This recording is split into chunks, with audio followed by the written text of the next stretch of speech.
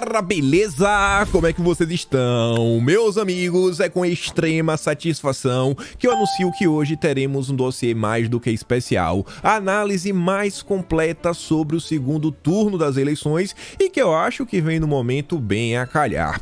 Todo mundo aí deve ter acompanhado o dia de ontem, muita confusão, e eu quero falar aqui com vocês desde o dia 2, o pós-resultado, até o dia de ontem, e o caso aí das rádios. Eu acho que é interessante porque muita gente às vezes se deixa levar por uma, duas, três narrativas, acontecimentos e tenta entender todo um processo por um micro-universo, quando na verdade a gente deveria tentar olhar para o segundo turno de uma forma um pouco mais ampla se a gente quer realmente entender a maior parte das movimentações. O vídeo de hoje não só tem um tema, só escolher essa imagem aqui, a gente vai falar dos principais assuntos, pelo menos ao meu ver, que eu acho que são interessantes para a gente tentar entender, né, esse aspecto macro do que é que pode estar acontecendo. E aí, quero começar falando sobre o começo do segundo turno, relembrar como as coisas começaram, falar dos apoios que o Lula recebeu, que Bolsonaro recebeu, a relação com o empresariado de ambos os candidatos, a batalha midiática que envolve TV e podcast, depois falar a batalha nas redes sociais, até envolve fake news, as questões judiciais, o eleitorado religioso, o clima nas campanhas ao longo dessas 4 semanas. Quero falar em específico sobre a campanha em Minas, campanha em São Paulo de ambos os candidatos. Quero também falar sobre a batalha da abstenção e sobre pesquisas. E o vídeo de hoje, se prepara, porque eu vou falar de forma muito mais acelerada, muito mais resumida. Eu quero dar destaque a poucas coisas e, obviamente, vocês já devem ter visto até o tempo, não sei quanto tempo vai levar para gravar isso tudo, mas eu acho que vai dar muito mais do que 1 hora. E vejam só, dia 2, a gente teve lá o resultado. Bolsonaro surpreendeu, estava muito mais forte do que as pesquisas mostravam. E aqui foi uma das primeiras matérias que saíram às 10 da noite. Urnas mostram que Bolsonaro foi subestimado nas pesquisas nacionais e estaduais. Veja os números. Bolsonaro surpreendeu, conseguiu uma ampla base no Congresso, né, como um todo, Câmara, Senado, elegeu governadores e ficou muito mais próximo do que o pessoal falava. E aí, quando saiu o resultado, você vê que muita gente foi satisfeita. Aqui é do dia 3, do dia seguinte, que já saiu lá uma Datafolha. E aí o Paulo Coelho fala: Datafolha, eu não acredito mais nada que vocês publicam. O próprio New York Times, na época, até noticiou o resultado, ficou surpreso com o resultado de Bolsonaro. E isso aqui vai fazer sentido mais lá na frente, quando a gente voltar a falar de pesquisa. Você vê o Wall Street Journal. O presidente brasileiro Jair Bolsonaro provou que as pesquisas de opinião estavam erradas e ganhou um segundo turno contra o Lula. Isso foi assunto, quem lembra, né? Até as TVs, todo mundo se questionando, meu Deus, o que erraram aqui, aquilo lá. No dia seguinte, dia 3, 4, os especialistas tentaram achar justificativas para explicar o inexplicável. Erros grotescos nas pesquisas que a gente sabe que acaba gerando probleminhas. A Veja comentava no próprio domingo, o bolsonarismo é muito maior do que as pesquisas estavam mostrando. Pesquisas falham ao não captar a intenção de voto bolsonarista e erram resultados. O PT nunca ganhou a eleição no primeiro turno. O partido usava as pesquisas para tentar criar uma onda. Sim, o primeiro turno foi marcado por isso. E agora que a gente está chegando na reta final, as pesquisas voltam a trazer resultados que parece que querem colocar um lado para baixo, enquanto, né, estimulam o outro lado da disputa. Aí você vê, ó, pesquisas venderam terrenos na Lua ao eleitor. Diversos jornais comentaram sobre isso, como essas pesquisas estavam impactando nas eleições. Aí você vê dia 3, o momento de maior apreensão no QG de Lula durante a apuração. E qual era? O momento que Bolsonaro estava na frente. Ali mais ou menos até 8 da noite, Bolsonaro liderava a contagem de votos. Campanha de Lula se vê obrigada a recalcular a rota e puxa ânimo de eleitores no segundo turno. O desânimo chegou a ficar visível nos rostos da coordenação do PT no hotel. O segundo turno começou assim de uma forma totalmente trágica para a turma da esquerda. Eles juravam de pé juntos que iriam levar o pleito. Não levaram. Bolsonaro sai extremamente fortalecido, né? Subjugando a maior parte dos institutos de pesquisa, com ampla base na Câmara, no Senado. Isso, inclusive, vai gerar um apoio para ele, a gente vai comentar. Petistas vão de já ganhou a perplexidade após demonstração de força de Bolsonaro nas urnas. O diagnóstico de Temer sobre o primeiro turno e a previsão dele para o segundo turno. Essa matéria aqui foi um tempo depois, foi no dia 9. E isso aqui é interessante, porque o Temer, ele traz um fato. E eu quis falar sobre isso, eu quero bater nessa tecla das pesquisas, porque vocês vão perceber que a maior parte das notícias que a gente for conversando ao longo do vídeo de hoje, eu tentei selecionar notícias que podem trazer impacto nos eleitores. Não adianta a gente trazer uma treta que no final do dia, quem é Bolsonaro vai continuar sendo Bolsonaro e quem é Lula vai continuar sendo Lula e quem é Lula, quem não vai votar a abstenção, vai continuar na mesma coisa. E essa questão que envolve as pesquisas, eu realmente acho que esse erro grotesco que nós tivemos aí no primeiro turno pode gerar uma onda. Por quê? Muita gente pode ter deixado de votar por achar tá tudo perdido, né? Bolsonaro não tem mais o que fazer. Muita gente também pode ter deixado de votar porque acha que o Lula já estava ganho. E o Michel Temer, ele fala com os empresários, eu acho que o Temer é um cara que entende um pouquinho da política, é o seguinte, numa palestra na semana passada em Londres, Temer afirmou a investidores estrangeiros que as pesquisas haviam influenciado o resultado da eleição do domingo passado. Para Temer, uma parte do eleitorado votou em Lula porque achava que ele venceria no primeiro turno. Fez um voto útil no vencedor, mas a tendência desse eleitor era de rever o voto. Então, essa questão das pesquisas vai modificar alguma coisa o resultado no segundo turno. Para mais, para menos, qual candidato vai subir, não sabe. Mas isso daqui é uma questão, não dá para analisar o segundo turno sem o fiasco e a repercussão negativa que as pesquisas emplacaram. E vamos para o segundo ponto. Acabou o primeiro turno, aí começaram, né, a formação dos novos palanques, ampliados, estendidos. O Lula já começou falando que a escolha dele não vai ser ideológica. Abriu espaço para todo mundo. Serviu de alguma coisa? Bom, a gente vai comparar aqui os dois candidatos. Eu acho que nesse ponto é bem fácil ver quem levou a vantagem no segundo turno. Vou começar por aqui. O presidente do PDT decide apoiar Lula e espera o mesmo do Ciro Gomes. A gente acompanhou, viu, né? Depois de chamar Lula de bandido, Ciro Gomes decide apoiar o petista. Mas foi aquele apoio que ele não quis nem citar o nome do candidato. O tempo foi passando, Ciro Gomes anunciou apoio a Lula há 10 dias e sumiu. Sem Ciro, o PDT convoca a militância para apoiar Lula no Rio. Esses são apoios políticos que o Lula vinha recebendo. Aí o Lula recebeu o apoio do José Serra, falando do PSDB, recebeu o apoio do Alexandre Frota, mas que saiu do PSDB para ir para o PROS depois. O Lula recebeu um apoio, mas também todo mundo já esperava, do FHC. O Lula também, né, queria fazer um encontro aí com ex-tucanos, né, ex-presidentes, juntar a turma toda aí do PSDB para ver se conseguia apoio. Não emplacou muito bem. Você vê que um dos últimos aí do PSDB que virou notícia, porque apoiou o Lula, foi o Tasso Gereissati. E aí se pergunta qual a repercussão disso daqui no segundo turno. O Tasso traz realmente esses votos todos. Quem apoiou também o Lula, chamou aí, né, virou notícia, foi o Paulo Marinho. Olha o tipo de coisa. Bom, Paulo Marinho apoiou, fez até o L. Tava lá com a filha dele. Simone Tebet apoiou o Lula, mas desde aí do início do segundo turno a gente vê que o MDB, o partido dela, tá meio dividido. A gente vai falar disso quando a gente fala dos apoios de Bolsonaro. Ela apoiou. E ainda foi aquele apoio que no início ficou assim meio envergonhada, um apoio meio crítico, e conforme o tempo foi passando, foi se envolvendo mais na campanha do Lula. Lula também recebeu apoio dos grandes economistas do Real, mas que a gente também já esperava, e que eu não acho que dá para ver como um grande apoio, porque isso já era esperado. Armínio Fraga, Pércio Arida, o Baixa, sabe, o Lara Rezende, aquela turma, cara, pelo amor de Deus. Aí o Lula recebeu o apoio do Amoedo. A gente vai ver quem foi do Novo que apoiou o Bolsonaro. Lula também recebeu o apoio de 140 cientistas. Lula recebeu o apoio da Academia Brasileira de Letras, num texto que é assinado pelo Merval Pereira. Faz parte do Estúdio I, da Rede Globo, escreve no Globo. Um cara sensacional. Ex-reitores de universidades assinam um manifesto contra a eleição do Tarcísio, então, com certeza, estão apoiando o candidato da esquerda. Também recebeu o apoio da turma da Natura, que é a mesma turma que fez um jantar, que estava a Simone Tebet, que estava a Neca Setúbal, o Pedro Passos, na casa dos Brecht. É um negócio assim, nossa, a elite progressista brasileira está apoiando o Lula. Quem poderia imaginar? E o Lula também pode receber, assim, receber a notícia que se vencer, o Macron vem visitar ele. Esses foram, né, os principais apoios que o Lula recebeu. E olha as notícias que saíram sobre isso. Causa incômodo dentro do PT a maneira como a equipe da campanha divulga as adesões a Lula neste segundo turno. A crítica é que a forma como os anúncios são feitos não causa o impacto que poderia. É porque na maior parte do tempo, pelo menos a meu ver, são apoios que assim, ou já eram esperados, ou não são apoios expressivos que realmente possa conseguir gerar uma comoção na sociedade. E Bolsonaro? E Bonorinho? Vamos dar uma olhada. Começou o segundo turno. O presidente da FAESP reforça apoio do agro à reeleição de Bolsonaro. Presidente da Cooperativa Agrícola apoia Bolsonaro, uma das maiores do país. A lá tem forte atuação no Sul e faturou 17 bilhões em 2021. Bancada ruralista anuncia apoio a Bolsonaro no segundo turno. Na presença do presidente Jair Bolsonaro, senadores da base aliada, reforcei meu apoio incondicional. Bolsonaro, logo na primeira semana após segundo turno, fez aí vários eventos com vários políticos, deputados estaduais, federais, senadores, governadores para demonstrar apoio.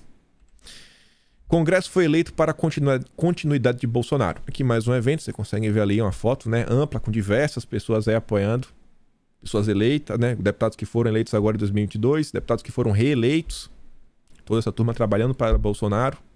E é da turma do Novo, enquanto o Amoedo está apoiando o Lula. O Marcel Van Hatten, esse aqui também já era esperado, declara apoio em Bolsonaro. Paulo Ganimi, esse aqui não era esperado, meio que é novidade, declara apoio a Bolsonaro. Felipe Dávila. No início, ele falou que ele ia ficar assim meio neutro, né, voto nulo, só que o tempo foi passando, lá dia 19, já declarou apoio em Tarcísio. E o tempo foi passando, ele também fez umas postagens que a gente volta a falar dele logo menos. Lucas Gonzalez, no dia de ontem, também declara apoio a Bolsonaro. Fernando Holliday estava do Novo, sai do Novo, vai entrar no Republicanos, mas também declara apoio, vem fazendo uma militância aí para Bolsonaro nas redes sociais. Aí, Bolsonaro recebe apoio do Hélio Beltrão, mas já era esperado dos liberais. Só que Bolsonaro também recebe outro tipo de apoio, que esse vale a pena prestar atenção, porque esse é um pouco mais inesperado. Não só o monarca, né, que ele... Não é que o monarca seja importante, mas o monarca ele é como se fosse uma espécie de representante de uma ala sei lá, do eleitorado brasileiro. É aquela turma ali do MBL, dos canais do Nando Moura, etc. E sobre isso a gente falou bastante na época. Isso daqui é só um print do vídeo que eu acho que o Nando Moura lançou no dia 13, ou foi no dia 4 de outubro, assim que terminou o primeiro turno. E os eleitores, o eleitor, né? Todo mundo vota, não é brasileiro. Os seguidores do Nando Moura, o Nando Moura fazia vídeo falando que é voto nulo, não tem pra que sair de casa, não tem pra fazer aquilo outro, descendo a bolacha em Bolsonaro. E os eleitores, vários deles, deixavam comentários falando: Nando Moura, me perdoa, você tem dinheiro, você tem passaporte italiano, você pode sair do país. Eu não tenho como, irmão. Nesse segundo turno eu vou ter que votar no Bozo, eu vou ter que votar no Minto. Então esse daqui é um movimento que vale a pena prestar atenção. Esse movimento eu acho que ele não foi computado no primeiro turno. Eu acho que muitas dessas pessoas acabaram votando Ciro Gomes, às vezes não votaram em ninguém, talvez votaram Simone Tebet, talvez anularam um voto. E essa turma toda deve migrar para Bolsonaro. Vários relataram na época, não só no canal do Nando Moura, canal do MBL, canal do Rafael do Ideias Radicais, outro aí que colocou, né, o Libertário. Vocês forem lá nos vídeos, lá dia 3, 4, lerem os comentários. A maior parte dos comentários são as pessoas falando: cara, não tem o que fazer, eu vou ter que sair de casa para votar. Me deu um embrulho ver o outro candidato da esquerda na frente. Eu não quero ver a esquerda voltar ao poder. Bolsonaro também recebeu apoio de diversas pessoas, como o Popó, lá na Bahia, lutador. Vários outros lutadores, que normalmente, né, esses esportes, as lutas são extremamente interessantes, porque você vê, elas possuem uma penetração, assim, em alguns setores da periferia, as camadas assim mais populares da sociedade, que às vezes é um eleitorado que Bolsonaro tem uma dificuldade maior para transitar. E o Popó, inclusive, é da Bahia, né? Muita gente conhece o Popó na Bahia. Quarto maior colégio eleitoral do país. Bolsonaro recebeu apoio do Cláudio Castro, governador reeleito do Rio de Janeiro, terceiro maior colégio eleitoral. Recebeu um apoio que, inclusive, gerou certa preocupação na turma da esquerda, que foi o do Rodrigo Garcia, e foi um apoio incondicional. Enquanto o Lula tem o apoio do FHC, o Bolsonaro tem o apoio do Rodrigo Garcia, o maior colégio eleitoral do país. O governador do maior colégio eleitoral do país. Recebeu apoio também da Ana Amélia, lá no Sul. O presidente do PSDB gaúcho declara apoio a Bolsonaro, ignora flerte a Lula. O Eduardo Leite, no Rio Grande do Sul, não quis declarar apoio a Lula porque ele teme perder os eleitores de Bolsonaro, então ficou meio neutro. Rodrigo Garcia, nas oportunidades que teve, foi até no Estúdio I, falou que Bolsonaro não representa nenhuma ameaça à democracia. Jantar de Bolsonaro com Tarcísio e Rodrigo Garcia.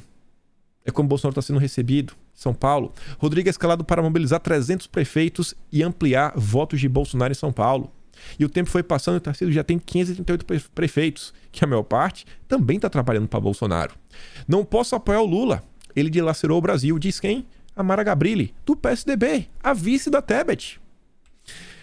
Ibanez se reunirá com Bolsonaro para oficializar apoio à reeleição. O MDB está rachado. O Lula ganhou a Simone Tebet, o Renan Calheiros, mas é aqueles apoios que a gente já esperava. Aliados de Simone Tebet, prefeito de São Paulo, a maior cidade do país. O Nunes, Ricardo Nunes, está apoiando o Bolsonaro. Sebastião Melo, prefeito de Porto Alegre, também apoiando o Bolsonaro. Bolsonaro, inclusive, fala que recebeu apoio meio que velado do Michel Temer. Ratinho Júnior anuncia apoio a Bolsonaro. Ratinho Pai, também. Zema diz que negociação com o PL para apoiar Bolsonaro está avançada. E a gente vai falar mais especificamente de Minas logo menos. Mas o Zema não só está apoiando, como em Minas, 600 prefeitos se juntam a Zema em campanha para Bolsonaro. O segundo maior colégio eleitoral do país, que contém 853 municípios. Mais de 600 prefeitos, na verdade mais de 680. Foram 683 prefeitos que resolveram aí flertar com Bolsonaro. O presidente da União Brasil se reúne com Bolsonaro para discutir o segundo turno. Na verdade, é o vice-presidente, foi o Rueda. O tempo foi passando do União Brasil. O Caiado vem apoiar Bolsonaro. O empurrão que a Semineto, né, tá dando a campanha de Bolsonaro. Lá no dia 6 já estavam falando sobre isso. Um acordo já começava a ser costurado. O tempo foi passando, ó. União Brasil na Bahia já trabalha para Bolsonaro. Sem alarde, tudo de boa. Disfarçado, mas Bolsonaro, né? O Semineto, ele não quer se engajar. É um caso similar ao Eduardo Leite, lá no Rio Grande do Sul. Se ele se coloca mais ao lado de Bolsonaro, talvez ele perca alguns votos, os eleitores lulistas, mas a máquina tá trabalhando para Bolsonaro. Passa o tempo aí, dia 20, né? O nosso ex-ministro do Turismo, Gilson, já tá aí fazendo foto com a Semineto. Bolsonarista tem esperança que o presidente cresça até 10 pontos na Bahia. E essa matéria falava, por exemplo, do Elmar Nascimento, do União Brasil, que ele e mais 17 deputados já estavam empenhados para trabalhar, né? Estavam atuando por Bolsonaro na Bahia. A Semineto se diz neutro entre Bolsonaro e Lula, mas instruiu aliados a tomar posição. Cúpula do União Brasil coloca um pé em canoa na disputa Lula-Bolsonaro. Ele falava que o Rueda tá apoiando Bolsonaro, enquanto o Bivar estava lá apoiando Lula. Então vocês conseguem ver os principais apoios. Fora, por exemplo, vários líderes evangélicos. Influências evangélicos aderem a Bolsonaro e criam nova onda contra Lula. O Caiado, quando foi, estava com outros governadores. O governador Gladson Cameli do Acre, Marcos Rocha de Rondônia, Mauro Mendes de Roraima, Mauro Mendes de Mato Grosso, o Denário de Roraima e o Wilson Lima do Amazonas. O governador do Mato Grosso do Sul, também apoiando Bolsonaro. Prefeito de Manaus, também apoiando Bolsonaro. Então acho que nessa questão da batalha política, e inclusive assim, a forma como conseguiu ser repercutido, eu acho que Bolsonaro ele conseguiu emplacar algo muito importante. Porque isso daqui é o tipo de coisa que eu acho que também pode influenciar no voto. Por quê? Você vê ali o que o Lira falou. O Congresso foi eleito para servir a Bolsonaro. É um Congresso mais a centro e à direita, que tendo um presidente como o Bolsonaro, a gente tem tudo para colocar o país nos trilhos e a coisa deslanchar. A tão sonhada governabilidade e até uma tal de hegemonia. Isso é uma matéria recente, não está aqui no vídeo de hoje, mas que fala, se Bolsonaro vencer, vai ser a primeira vez que o presidente vai ter 3 aliados nos 3 maiores colégios eleitorais do país. Zema no Minas Gerais, Cláudio Castro no Rio de Janeiro e o Tarcísio em São Paulo. Então as pessoas podem olhar para isso e falar, pô, cara, é interessante colocar Bolsonaro. Sabe, a coisa vai andar. Você vê que não vai ter briga, né? Prefeito com o presidente com o governador, etc. Então é típica notícia que também pode influenciar alguns setores, principalmente o pessoal aí mais atenado à política, pessoa que sabe aí do empresariado, etc. E a gente vai falar sobre esse grupo. Vamos olhar como também foi a repercussão. Já começa o segundo turno, a Gleisi Hoffmann. O presidente do PT diz que não vê acenos que Lula poderia fazer na área econômica. Empresários pedem a Lula definição de ministro e reformas para manter apoio. A equipe de Lula diz que a Caixa Preta da Economia impede detalhamento de propostas. Enquanto não vencer, enquanto não estiver lá dentro, né, ver os números reais do governo, não tem como prometer nada. Quem quiser conhecer o meu ministério vai ter que esperar primeiro eu ganhar as eleições. Você vê que o Lula está o tempo todo, né, sendo cobrado, o tempo vai passando, está sendo cobrado. Uma cobrança, e essa cobrança vai gerando insatisfação. Mercado exige de Lula o que não cobra de Bolsonaro. O discurso do cheque em branco passa a falsa ideia do que o presidente nunca administrou uma birosca. A turma do Globo aí, né? O Bernardo Melo Franco tá chateadinho. Exigência de nome de Lula para a economia é pretexto para apoiar Bolsonaro. A turma da Folha de São Paulo também estava muito chateada. E o Lula segue sendo pressionado. No dia 9 tá lá, ó.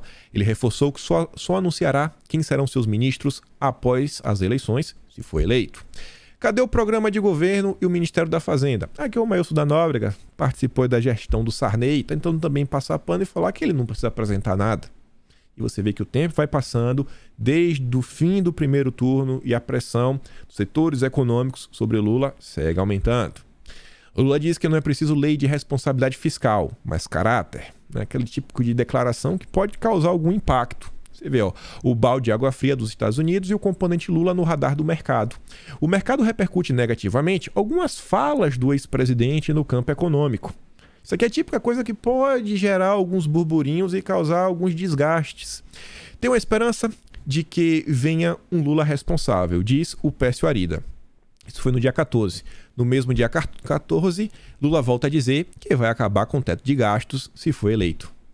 Lula diz que trabalhará contra reforma administrativa em 2022, que é a reforma que já está aí, né, no Congresso para ser discutida lá na Câmara, é a PEC 32 de 2020, mas essa daí tem algumas coisas que o Lula é contra, essa ele não é a favor, ele quer outra. Lula defende empréstimos a países que deram calote de 5,2 bilhões no Brasil. Foi uma matéria que saiu aqui na Veja, 17 de outubro, eu acho que também repercute aí dentro do empresariado. Nesse âmbito aí, o Lula recebeu uns apoios, também teve alguns problemas. Você vê, ó, figuras do PT e da Faria Lima se reuniram para ver debate de Lula e Bolsonaro. Mas no final do dia, a turma de sempre. É o Galípolo, é o Felipe Salto, é o Guilherme Melo. É a turma que basicamente é do PT e já é da esquerda. Você vê que quem já vem apoiando o Lula, Armínio Fraga, solta até um texto. Ó, entrevista com Lula por telepatia.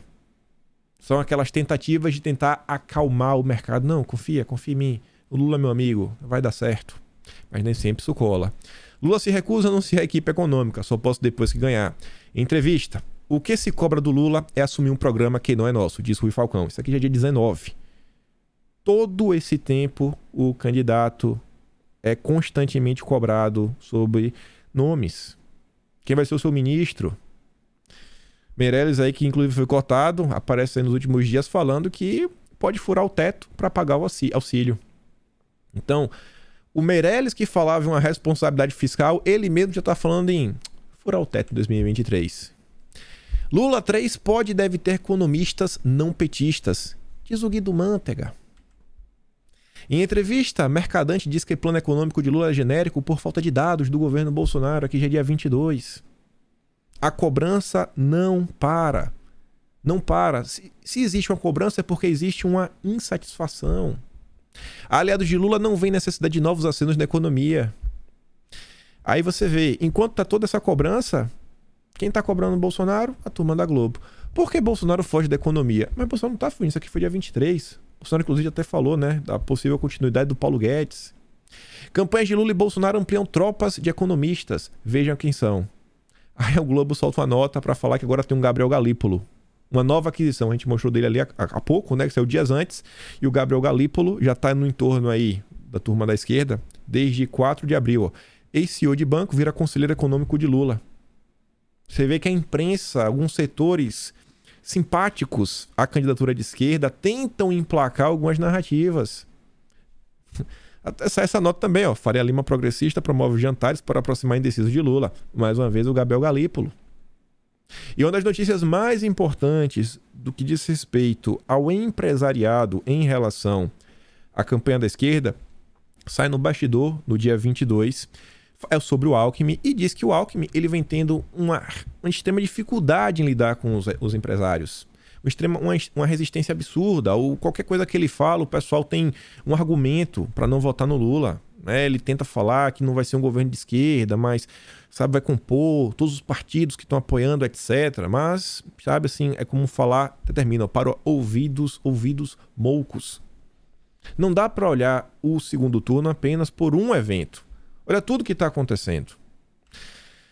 Empresa agrícola diz que diminuirá a produção se Lula vencer o segundo turno. Os clientes estão condicionando as compras se Bolsonaro ganhar. Empresas do agro ameaçam cortes se Lula vencer a eleição. Antes reunidos com Lula, mega empresários procuram Bolsonaro depois do primeiro turno. Isso aqui, inclusive, é por causa das pesquisas. Estavam desesperançosos. Depois que viram a força de Bolsonaro, pera aí, pô. Vamos botar um pé em cada canoa. E a turma ainda que apoia o Lula, você vê, ó, a resistência a José Gomes na Fiesp, dia 9. A Fiesp em chamas, dia 19. Brigas que envolvem o José Gomes, o SCAF. Dia 21, racha na Fiesp. Josué não quer conversa. Isso daqui é uma tentativa de remover o José Gomes. Estão classificando a gestão dele, à frente à Fiesp, como uma gestão muito ideológica. Muito à esquerda. Então, olha as movimentações que envolvem um setor do eleitorado brasileiro. Essa turma aqui acaba influenciando. A boa notícia do... Aqui já era pra estar na ala de Bolsonaro. Enquanto a turma da esquerda fica marcada por uma cobrança, a imprensa noticiava a boa notícia dos frigoríficos para a campanha de Bolsonaro. Falava do redução do preço da carne, né? Vamos falar de gel empresariado. Mercado gostou do bolsonarismo mais forte que o antecipado. Conforme foram sendo as pesquisas, principalmente as estatais, começaram a se valorizar na bolsa. Valorizar por quê? Porque tem a percepção que o governo Bolsonaro é um governo que não vai interferir, que vai fazer isso, vai fazer aquilo outro, que é um governo que... onde as estatais voltaram a dar lucro, vamos falar assim. Valor da cesta básica cai 10% em 2 meses. Isso aqui não tem muito a ver com o empresariado, mas é uma notícia que envolve a questão econômica e que também pode impactar no segundo turno. Quando a gente fala assim, a inflação baixou isso, aquilo, outro, beleza, pode ter um certo impacto. Mas quando a sociedade brasileira vai no supermercado, principalmente os mais pobres, onde Bolsonaro não tem um desempenho tão bom, né, onde tem mais dificuldade, a galera vê, a economia está dando uma melhora, os preços estão baixando, a sensação dá uma melhorada. Inclusive nas pesquisas mostraram isso ao longo das 4 semanas aí do segundo turno. Não dá para analisar o segundo turno apenas por um evento. Eu acho que até aqui, nesse momento, temos aqui 26 minutos, eu acho que a campanha de Bolsonaro vem mandando muito melhor. Vendas reais em supermercado tem alta de 7,23%. Esquece a porcentagem, isso aqui são indicativos que as pessoas estão comprando mais. Se as pessoas estão comprando mais, elas estão normalmente mais felizes. Projeto de continuidade é melhor que o de Lula, diz o presidente da FIEMG. Enquanto na Fiesp está tendo briga. Empresários pesos pesados fazem doações milionárias para Bolsonaro virar votos em Minas Gerais. Sócios da Localiza dão 3 milhões para Bolsonaro. Doações de pessoas físicas aos candidatos por data. Você olha ali dia 2, terminou o primeiro turno, as doações para Bolsonaro... sabe assim, começaram a aparecer, multiplicar. A reta virou uma seta para cima. Se eu disser uma ladeirinha, virou uma seta para cima. A adesão de empresários à campanha de Bolsonaro tem doações e busca por bênção. Tudo que faltou no primeiro turno, as pessoas despertaram. Olha o empenho de um setor do eleitorado que tem força no segundo turno. E esse mesmo tipo de movimentação, a gente falou até antes aí, o apoio aí dessa turma, MBL, né, Nando Moura, essa turma toda. Reta final das eleições abala mercados. Isso daqui já foi nos últimos dias, após ter aquela confusão do Roberto Jefferson. Você vê que o mercado já ficou preocupado, porque isso aí pode impactar Bolsonaro. E aí algumas ações, principalmente das estatais, Banco do Brasil, Petrobras, voltaram a cair. A economia que é Bolsonaro. O segundo turno acho que deixou isso bem claro. Bem claro. E aí no segundo turno, a gente vem tendo algumas batalhas. Uma delas é uma batalha midiática. A rede social é importante? Ela influencia tanto? Não sei até que ponto a rede social influencia. Acho que a rede social é muito boa para impactar, né, no que a imprensa precisa falar. Que senão a imprensa fala o que quiser, né, e só tenta desgastar um candidato. A rede social também é muito boa para levar a informação.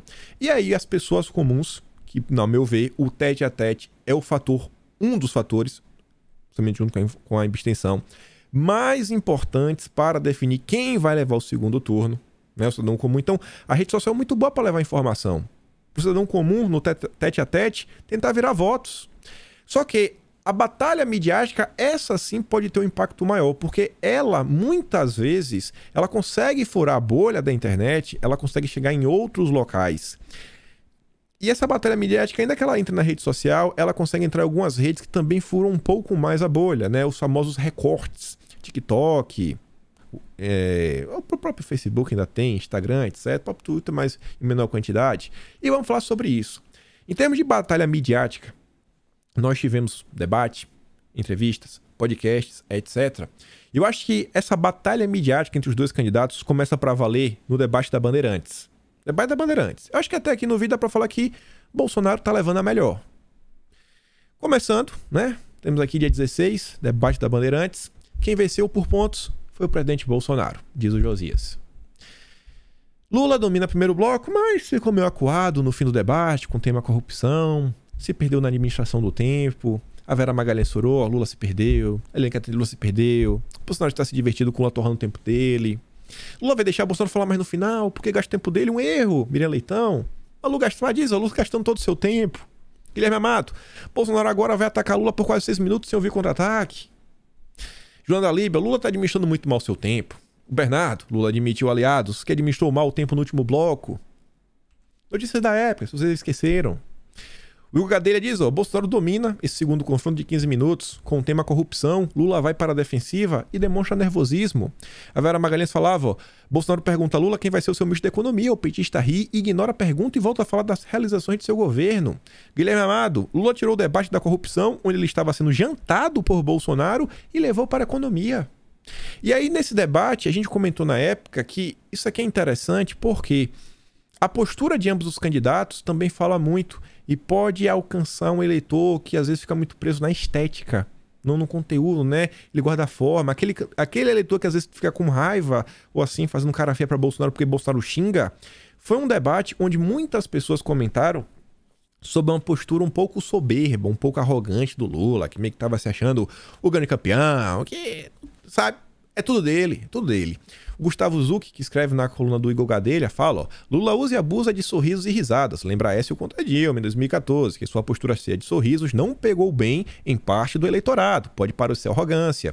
E um próprio perfil Lula Livre, 13. Tinha notado isso também. E o Rafael, também um perfil mais à esquerda, eu idem. Por outro lado, foi Lula quem no peito e na lábia mudou o resultado daquela eleição. E aí várias pessoas também relataram. O próprio Gadelha também comenta, Lula provocou diversas vezes, mas Bolsonaro está conseguindo manter o controle nesses quase 40 minutos iniciais. Bolsonaro foi para esse debate numa postura realmente conciliadora, de paz, estadista. Foi lá para propor coisas, vender o seu peixe. A grande parte da imprensa apontou, Bolsonaro foi o grande vencedor. E o Gadelha de novo, Lula mais uma vez erra a não condenar os atos do ditador Daniel Ortega na Nicarágua. A Vera Magalhães a mesma coisa, Lula não condena a ditadura da Nicarágua, falando sobre o debate. Deu empate com a leve predominância do Bolsonaro. Thaís Oyama acredita que Bolsonaro teve vitória relativa?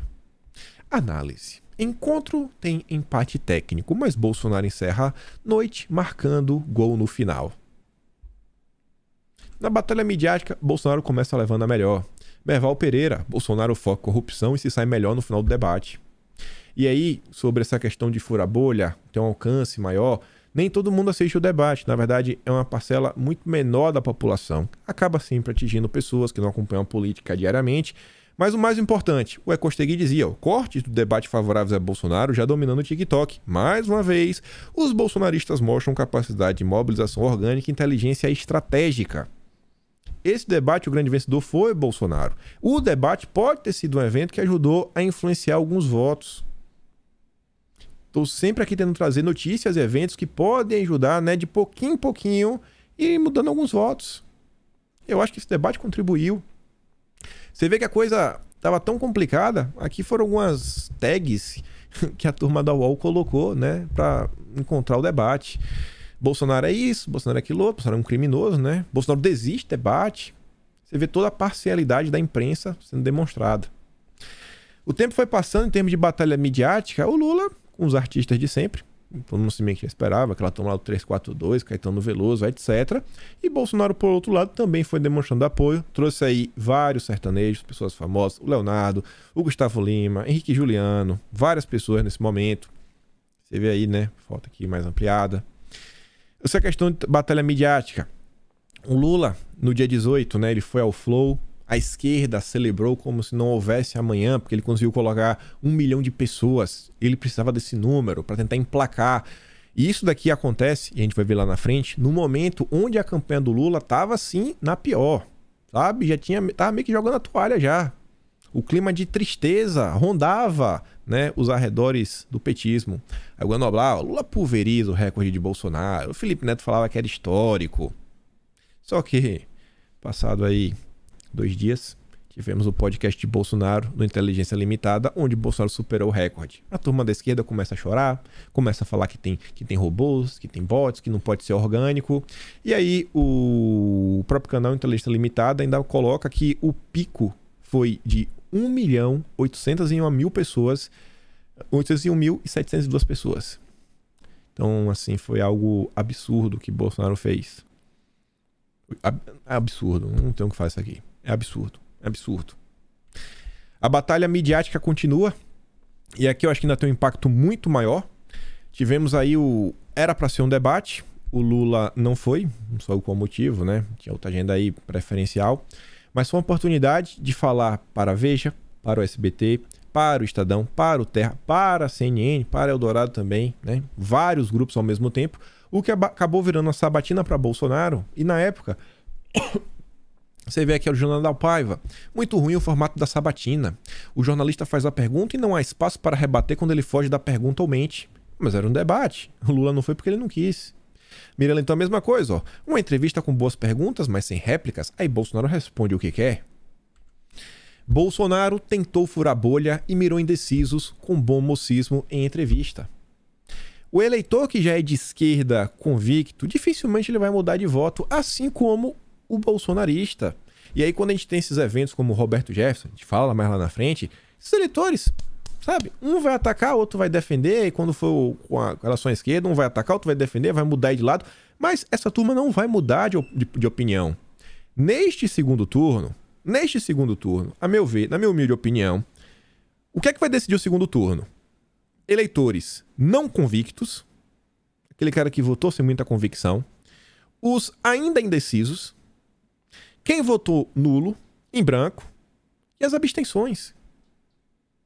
O resultado dessas 5 coisas, né, quem essa turma resolver votar ou deixar de votar, é que vai influenciar no pleito.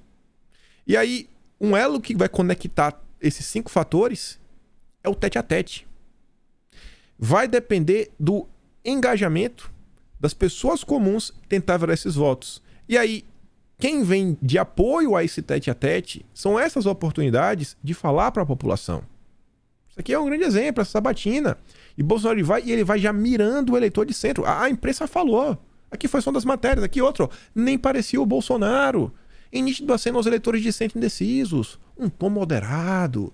Chamando mulheres de senhora. Né? O pessoal, meu Deus. Uma das melhores matérias na época foi a da Veja. Bolsonaro aproveita o gol vazio para golear Lula na sabatina de Veja. Isso aqui foi dia 21, pô. 6 dias atrás. 6 dias atrás. Sabe o que o Lula vai fazer? Em vez de debater com o Bolsonaro, resolveu fazer uma live com o Janones. 87 mil pessoas. Que atrasa, tem queda de sinal e ainda problema no áudio. Na batalha midiática, não tem como falar que o Bolsonaro também não levou a melhor. Madalene Laxo. Lula faltou aos debates. É erro após o TSE retirar direito de resposta na TV. Bolsonaro ganhou o presente de Lula e soube usá-lo para furar a bolha. Isso aqui ainda é sobre o SBT. Depois da sabatina do SBT, Bolsonaro emplacou uma super live absurda. Sabe, assim, um negócio assustador, quantidade de gente. Teve até o Neymar, saiu no Jornal Nacional, repercussão no próprio Globo aí, como vocês estão vendo. Neymar declara apoio a ele. No Brasil do futebol, menino Ney, eu acho que tem um impacto.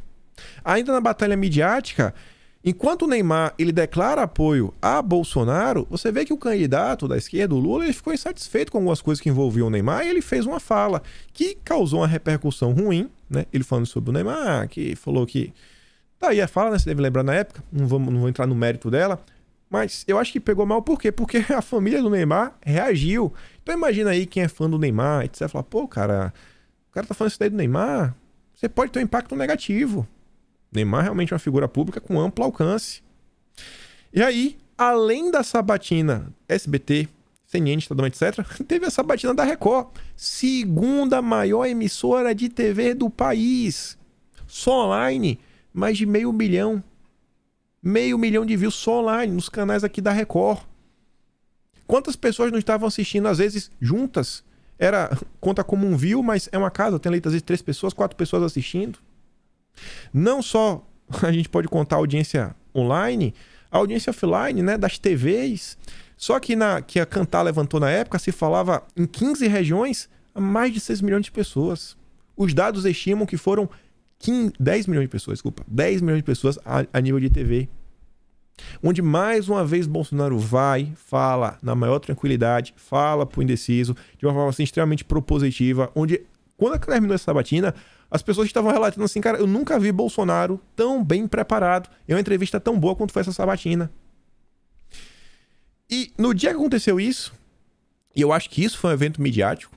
Eu não vou colocar como coisa de justiça nem nada. É a questão do Roberto Jefferson. Ainda de tarde, logo entre 40 da tarde, Bolsonaro já estava repudiando o que aconteceu com o Roberto Jefferson.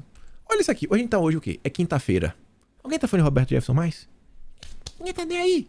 É só a imprensa tentando jogar pra cima. Pô, não tá nem aí pra Roberto Jefferson. Muito menos o cidadão comum. Bolsonaro repudia em 40. Lá na Super Live, ele também repudia. Antes de começar a sabatina, ele grava mais um vídeo. E na sabatina, ele teve a oportunidade de também repreender o Roberto Jefferson. E aí o Chico Graziano, você vê como essa questão do Roberto Jefferson, o que Bolsonaro fez. Quem a gente assim deveria olhar com um pouco mais de cautela é aquele eleitor indeciso, não convicto, abstenção, etc. O Chico Graziano, ele não é um apoiador de Bolsonaro, muito pelo contrário, sempre é um crítico, mas é um cara com um potencial de votar em Bolsonaro. A opinião dele pode representar uma parcela aí do eleitorado. Ele diz, a opinião de Roberto Jefferson criou uma baita confusão, né? Começaram defendendo, até Bolsonaro começa a chamar o cara de criminoso. Aí bagunçou tudo. O tratamento dispensado a quem atira em policial é o de bandido. Está preso o criminoso Roberto Jefferson. Boa, Bolsonaro. Boa. Então, por mais que as pessoas podem ficar chateadas, isso aqui, aquilo outro, foi difícil. O eleitorado que realmente pode se impactar com o Roberto Jefferson, cara, isso é maluquice, pô. Isso é maluquice. Bolsonaro não apoia isso. Não apoia isso. Bolsonaro repreende, né? Fala, cara, Roberto Jefferson entrou com uma queixa-crime contra mim no STM. O UOL noticiou, ele falou isso daí lá no Record. Aí, por que eu digo que é um caso midiático? Lula coloca a ação violenta de Roberto Jefferson na conta de Bolsonaro. E aí toda a mídia falou que o PT iria levar isso para a televisão. O pessoal tenta propagar até fake news. Ó. O coordenador da campanha de Bolsonaro, né, atirou em agente da Polícia Federal. Completa fake news aí no colete da Folha de São Paulo. E aí, na hora mesmo que o bicho pega, porque a campanha de Lula decidiu não levar o caso de Roberto Jefferson para a TV. Porque nessa reta final, o eleitor indeciso, o cara que se absteve, o cara, sei lá, que não é convicto, ele tá preocupado, na maior parte do tempo, com pautas do Brasil real. Pautas econômicas, na maior parte do tempo. O cara é Roberto Jefferson. No imaginário popular, sabe? Do eleitor mediano, Roberto Jefferson é o cara do mensalão. Não adianta tentar ligar em Bolsonaro, isso não vai. Foi um caso estritamente midiático. Uma batalha de narrativa. Só isso. Ficou muito mais restrito às redações dos jornais e às redes sociais do que no debate público. E aí também tivemos a batalha nas redes sociais ao longo do segundo turno, que a imprensa disse que foi extremamente suja aí por causa de Bolsonaro, mas que eu discordo um pouco. E isso daqui, eu acho que vai fazer sentido um pouco lá na frente, quando a gente fala da batalha da justiça, porque eu acho que a coisa ficou tão absurda que a população meio que começa a se questionar. Eu acho que algumas dessas coisas até podem ter causado problemas para Bolsonaro. Aí você vê, ó. Quer dizer, só para terminar. Então, até aqui, podemos bater o martelo que Bolsonaro está na frente ainda, em tema de campanha. Quem está mandando melhor, está melhor, né? Vamos continuar. Segundo turno começa, Bolsonaro, né? Fake news que envolvia a maçonaria. Depois, a própria Folha de São Paulo noticiando perfis se passando por pessoas de direita. Que conversa aí, pô. Se passando por pessoas de direita e ainda tentando se fazer de arrependidos. Em postagens, Janone chama Bolsonaro de anticristo e usa fake news. Isso aqui é dia 6. O PT distorceu o vídeo para falar que Bolsonaro come gente. Esquerda supera bolsonaristas nas redes com vídeo sobre maçonaria e desinformação. Foi a tônica do segundo turno. O TSE proíbe a campanha do Lula a ligar Bolsonaro, né? A comer gente. Que absurdo. Janones depois vem com aquela história maluca que o Fernando Collor ia ser ministro da Previdência. Ia congelar o Auxílio Brasil, ia congelar as aposentadorias. O Sampancha do Metro falou, cara, isso é fake news. Uma total fake news. Márcia Tiburi, o Bolsonaro prometeu o Collor como ministro. Se ele for eleito, adeus às poupanças dos brasileiros. O Will dele falava, o PT, que tanto reclamou de fake news nas eleições de 2018, agora propaga notícia falsa criada pelo deputado Janones, que Bolsonaro pretende indicar o Collor como ministro da Previdência.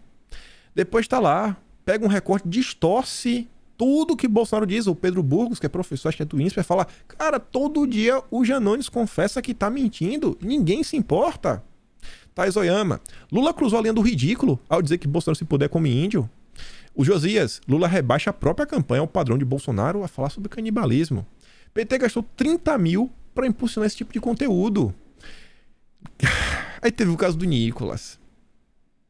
Pegaram aí um ator de filmes, né, para maiores, para falar que era o Nicolas.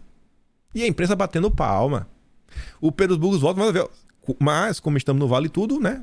Ninguém vai se importar com o conteúdo que tá lá fazendo. Como é o Nicolas, a imprensa tá aí batendo palma. Janones mais uma vez. Janonismo cultural usa fake news contra fake news para furar bolha progressista. Janonismo cultural não é baixar o nível de Janones após espalhar fake news. Tinha gente defendendo os Janones defendendo fake news. Campanha de Lula cogita entregar Facebook a Janones para combater fake news. Olha qual foi a tônica do segundo turno. Lula entra com 18 ações no TSE contra fake news. O Nicolas ele entra com a Patrícia Leles, conseguiu na justiça. Bolsonaro teve que desmentir, né? Estavam falando que ele estava atacando os católicos. Mais fake news contra Bolsonaro. Jorge Marques do Brasil 47, né? Abre aspas, quem fecha igreja não vai ser o Lula. Quem já está fechando a igreja é o fanatismo do bolsonarismo, que diz Otaviano Guedes. Estúdio Z, Globo News. Márcia Tiburi, se Bolsonaro for eleito, ele fechará as igrejas. E aí teve o caso do Pintou o Clima. Mas a turma foi lá embaixo. Ele fechará as igrejas e as universidades. O atual presidente falou sobre, né, as meninas. Márcia Tiburi. A coisa ficou tão absurda que mandou apagar. A justiça mandou apagar, cara. Pera aí, pô. Pera aí. E enquanto manda apagar, enquanto era essa tônica, as ações da esquerda, Lula pede quebra de sigilo e bloqueio em redes sociais de 47 bolsonaristas. A imprensa diz que quem tá propagando fake news é a turma da direita. Ministro do TSE manda a campanha de Lula remover propaganda que associa Bolsonaro ao crime. Pelo amor de Deus. É falso que Bolsonaro não inaugurou nenhuma unidade de educação. O próprio asfalto tendo que desmentir. Pintou um clima, mesmo após a proibição, judicial, campanha de Lula volta a divulgar. De Felipe Neto a Janja, a estratégia de Lula para manter alta o Pintou em Clima. Estavam lá estimulando a militância, mesmo após uma decisão judicial. Mas quem propaga fake news é a turma de Bolsonaro. Bolsonarismo põe Lula na defensiva e festeja a disputa no lamaçal, porque falam que fez o Lula fazer fake news também. Aí você vê como são as coisas. Lula admite eleição apertada e acusa Bolsonaro de usar robôs e máquina de mentiras. Né? Sendo que Lula teme virada e vai aumentar ataques ligando Bolsonaro a ditador que é um criminoso na TV. Tem a ver com Pintou o Clima. Inventaram também que Guedes ia reajustar o salário mínimo menor do que a inflação, a aposentadoria, a maior confusão. A coisa foi tão absurda, você vê, ó, é enganoso que Guedes anunciou redução em aposentadoria e outros benefícios. É enganoso. Aí vem a imprensa, Guilherme Amado. Baixar o salário mínimo é perverso, mas é a cara do governo Bolsonaro. Em live com Janones, Lula exagera, aumenta o salário mínimo. Exagerou. Ô, rapaz. É enganoso que Paulo Guedes tenha dito que a aposentadoria deixará de ser reajustada pela inflação a partir de 2023. Parece o Janones, né? Aquele cidadão com a cara distorcida. TSE manda excluir posts sobre salário mínimo das redes de Lula e aliados. E o Randolph continua mesmo assim. O Márcio França chegou a falar: o Tarcísio pensa em Roberto Jefferson para secretário de Segurança de São Paulo. Cariocas são bacanas. TSE suspende propaganda de Lula que associa Bolsonaro ao crime. Mais uma vez. E ainda no que diz respeito às redes sociais, teve lá a Bárbara Gância falando da Laurinha. Esse caso eu acho que impactou. Michele chora a dizer que a filha foi xingada na escola. A procuradora xingou a Michele. Então, assim, no que diz respeito à batalha nas redes, eu acho que foi uma batalha que quem jogou baixo pra valer foi a turma da esquerda. E nesse ponto aí eu acho difícil bater o martelo. Por quê? Enquanto eu vejo que essa notícia da Michele, da Laurinha, esse tipo de notícia chega na população e a turma fica assim, cara, que coisa pesada. E isso aí pode causar um aumento da rejeição da esquerda. Enquanto alguns tipos de conteúdo, e quando a gente pensa, realmente tem muita gente no Brasil que acaba acreditando em qualquer coisa, né? Tem muita gente que às vezes não é escolarizada, acaba acreditando em qualquer ladainha. Quando você chega, pô, às vezes um cara aí, sei lá, uma pessoa de idade, fala, vai congelar a aposentadoria, vai fazer isso, vai fazer aquilo outro. São coisas que realmente impactam o pleito. Impactam o pleito. E a imprensa, assim, tratou numa boa. Fazia um fact-checking aqui e acolá, e isso daí pode ter impactado. Agora, quanto isso impacta Bolsonaro, eu ainda acho que é pouco. Por quê? Porque a gente teve as pesquisas ao longo da disputa que foram mostrando algumas coisas e a gente chega lá. Em termos de batalha judicial, tivemos alguns eventos no que diz respeito à justiça que também podem ter impactado no pleito. A começar lá em Alagoas, o Paulo Dantas.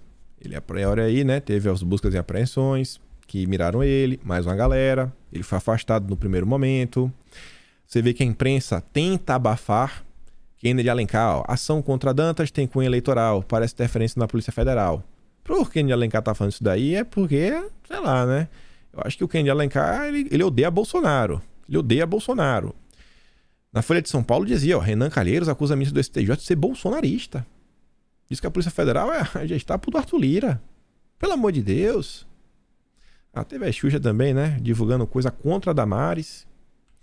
E aí, veja só. Essa questão lá de Alagoas, ela tem um impacto principalmente no estado do Alagoas.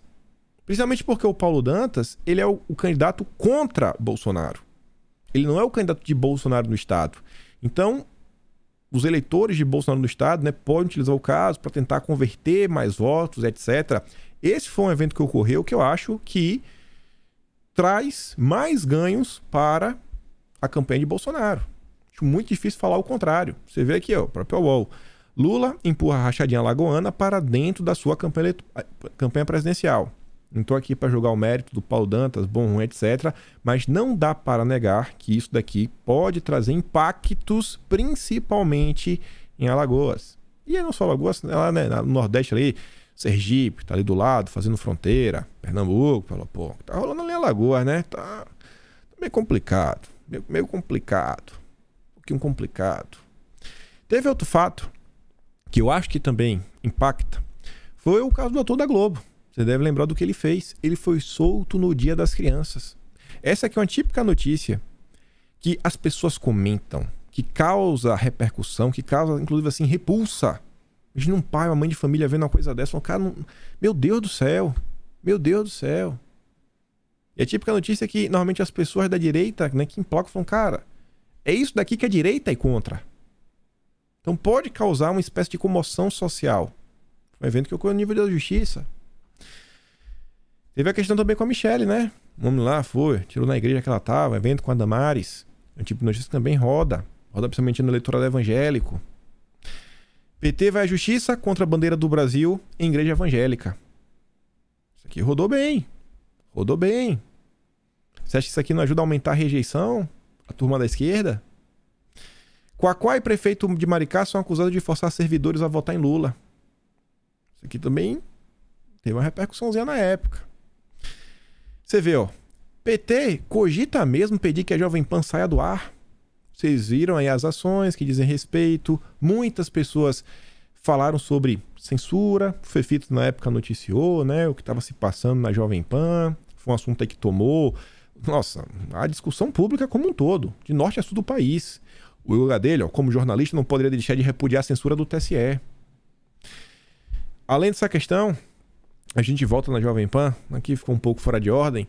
Tiveram várias ações que, a cada nova ação, por mais que as pessoas fiquem chateadas, falam, pô, não posso demonstrar meu apoio a Bolsonaro, são coisas que eu acho que repercutem, às vezes, sabe, às vezes isso aqui realmente, eu não tô aqui para entrar no mérito se a ação é certa ou errada, mas a forma como essa notícia é trabalhada, por ambos lados aí, né, tanto a esquerda quanto a direita, isso pode impactar no voto. Teve o caso dos vinhos, né? O cara vendendo na adega, aí vinha a R$22. O Ministério Público Eleitoral pediu investigação. Ficou fora de ordem. Deixa eu ver aqui se eu... Aí teve o caso do desconto. 22%. Teve o caso da Ranger. 222.222,22 centavos. No dia 22 até as 2h22. Teve o Fusca envelopado. Então, assim, foi uma série de ações que as pessoas foram comentando nas redes sociais. E isso daí, junto com a questão que envolve a censura, aí a gente volta, a própria fala do Marco Aurélio, né? Aconteceu uma coisa, não pôde passar na TV, não vou entrar no mérito, se é errado. O Marco Aurélio Melo, ele comenta sobre isso. A Madalene Laxo diz, ó, o PT pode estar sacrificando a eleição de Lula ao pedir retirada de conteúdos. Essas coisas juntas causaram uma comoção grande.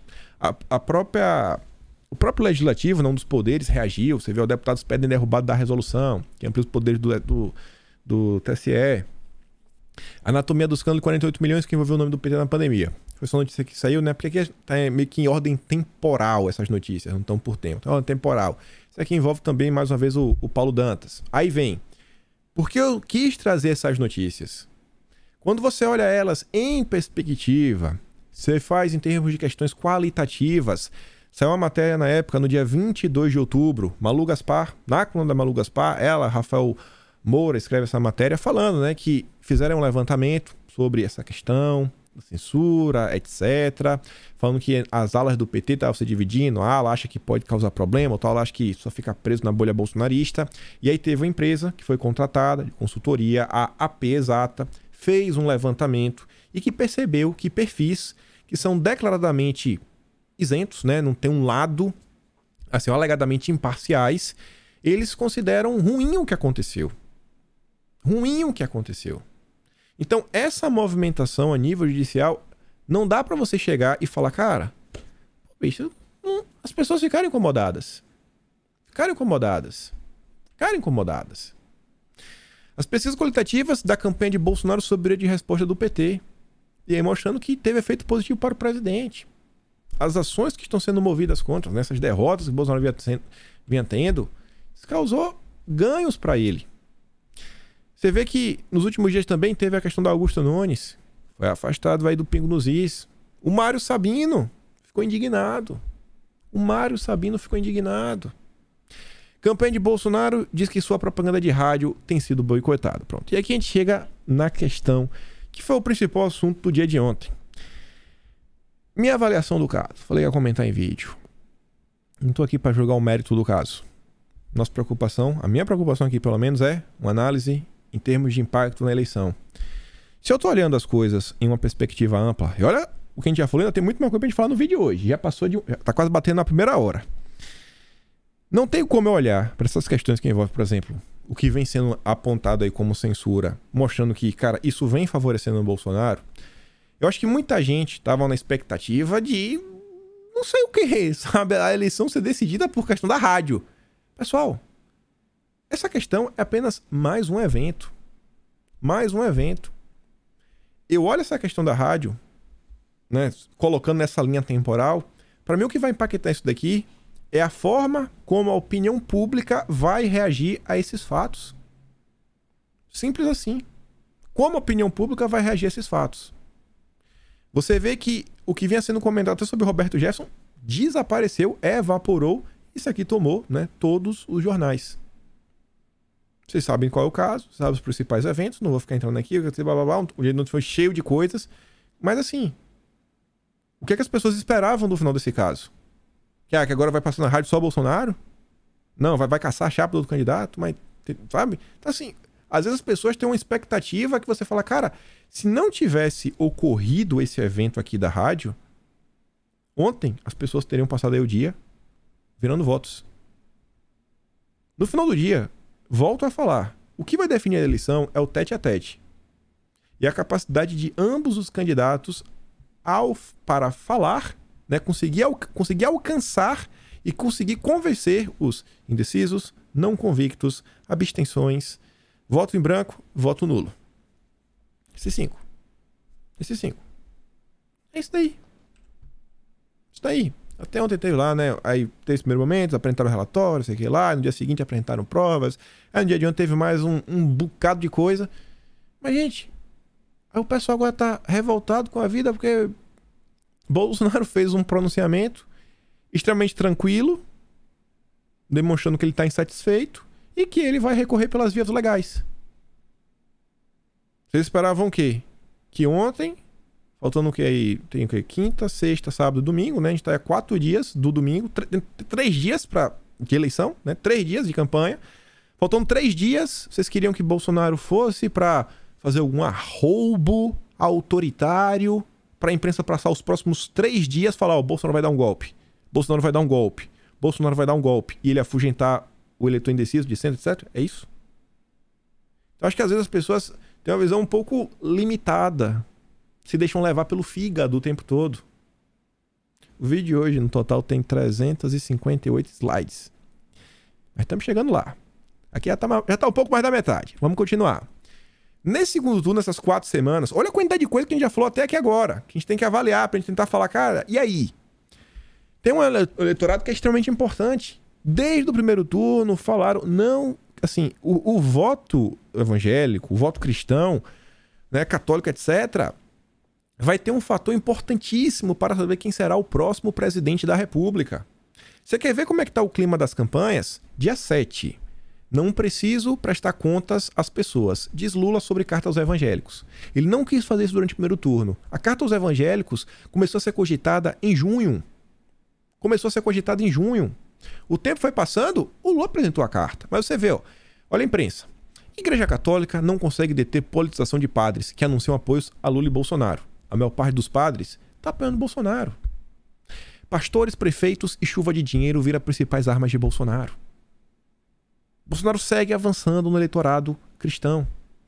Lula divulgará carta aos evangélicos após divergência na campanha. Chegando agora é o dia 18. Desde junho se falava nisso. Bota assim, cara, cada eleitorado vai ser impactado por uma coisa. Cada eleitorado é impactado por uma coisa diferente. Tem um caminho para você chegar nele. Mesmo Lula soltando essa carta, a imprensa analisava que isso aí no final do dia só pode tentar reduzir o prejuízo. É um freio, né? É um paraquedas. O paraquedas reduz tua velocidade, mas tu continua caindo. Só não tá em queda livre. Campanha de Lula avalia que a ação junto a igrejas alavancou Bolsonaro em Minas Gerais. Artistas gospel lançam canção crítica à politização das igrejas. Evangelho não é questão de esquerda ou direita. É só porrada em Bolsonaro. Assim, quando eu falo isso aí, é só pra bater em Bolsonaro. Padres rebatem informações falsas de bolsonaristas sobre Lula. Pra imprensa estar noticiando isso é por quê? Porque Bolsonaro segue crescendo entre o eleitorado religioso. Bolsonaro abre vantagem sobre Lula entre evangélicos mais pobres. Igreja dos Valadão vira cabo eleitoral de Bolsonaro com barulho nas redes. Há uma semana da eleição, a Igreja Universal faz campanha contra Lula em jornal gratuito. Evangélicos pregam Brasil governado por igreja com Bolsonaro reeleito. O duro recado do marido de Sasha para os cristãos que apoiam Bolsonaro. O marido de Sasha, meu Deus, não é o cara que pinta a unha. Bolsonaro não é a favor da vida. Diz o cantor gospel Kleber Lucas. Então, assim, vamos botar, né, falar, né? Em termos de batalha judicial, sem emoção. Quando a gente olha esses eventos que aconteceram, você não acha que isso ajudou o Bolsonaro a conquistar uma parcela maior dos eleitores? O próprio levantamento daquela consultoria AP Exata, né? AP Data, agora tô na dúvida. Mostra isso. Não, nesse campo o Bolsonaro tá levando a melhor. No âmbito do eleitorado religioso, também tá levando a melhor. Para. E aí vamos falar realmente sobre as campanhas. Desde o dia 2. Começa o segundo turno. Após furão da petista, Bolsonaro ganha fôlego. Com Bolsonaro e Lula, segundo turno não tem favorito. Em busca de apoio, Lula larga no segundo turno com leva de más notícias. Porque Bolsonaro está se saindo melhor do que Lula no segundo turno. Aqui é o Matheus Leitão, dia 14. Por quê? Porque Bolsonaro...